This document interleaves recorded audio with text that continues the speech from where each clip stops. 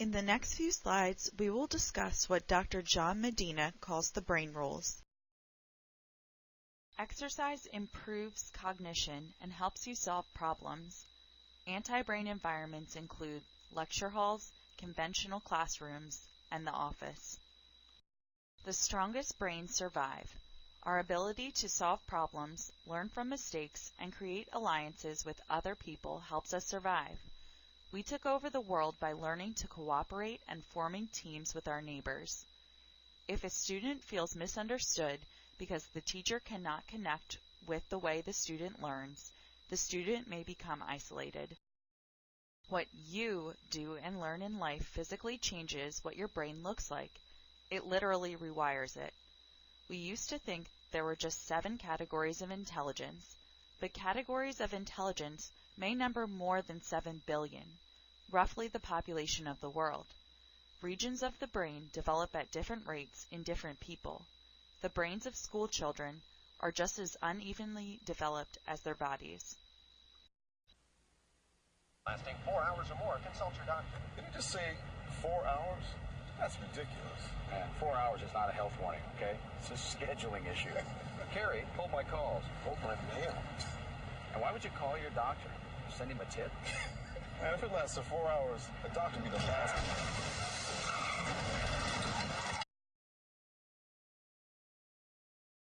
This commercial aroused the alerting network of the brain. Memory is enhanced by creating associations between concepts. Expert learners do not simply list facts and formulas. Their knowledge is organized around core concepts or big ideas. Multitasking when it comes to paying attention is a myth. People who are interrupted take 50% longer to complete a task and make 50% more errors.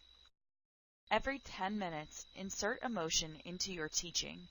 Tell a relevant story, show a relevant video, and do a relevant activity. We are wired to notice patterns. What patterns do you see here?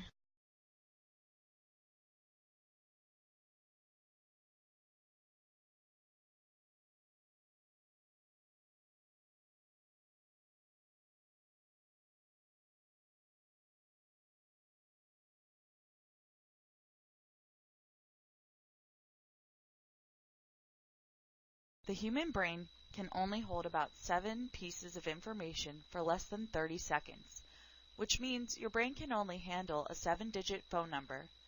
If you want to extend the 30 seconds to a few minutes or even an hour or 2, you will need to constantly re-expose yourself to the information. Memories are so volatile that you have to repeat to remember.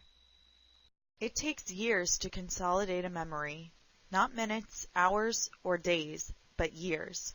Repeated exposure to information in specifically timed intervals provides the most powerful way to fix memory into the brain. What you learn in first grade is not completely formed until your sophomore year in high school. Sleep must be important because we spend 1/3 of our lives doing it. Loss of sleep hurts attention, executive function, working memory, mood, quantitative skills, logical reasoning, and even motor dexterity. Napping is good for your brain and for productivity. Around 3 p.m., 12 hours after the midpoint of your sleep, all your brain wants to do is nap.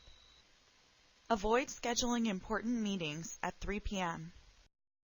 The brain is not designed for long-term stress when you feel like you have no control. Stress damages virtually every kind of cognition that exists. It damages memory and executive function. It can hurt your motor skills. When you are stressed out over a long period of time, it disrupts your immune system. You get sicker more often. It disrupts your ability to sleep. The emotional stability of the home is the single greatest predictor of academic success.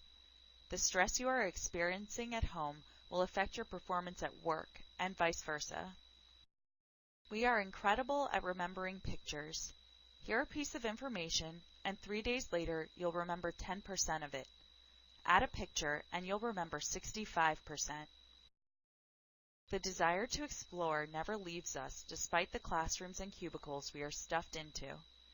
Google takes to heart the power of exploration. For 20% of their time, employees may go where their mind asks them to go. The proof is in the bottom line. Fully 50% of new products, including Gmail and Google News, came from 20% time. If a teacher can't hold students' interests, knowledge will not be richly encoded in the brain's database.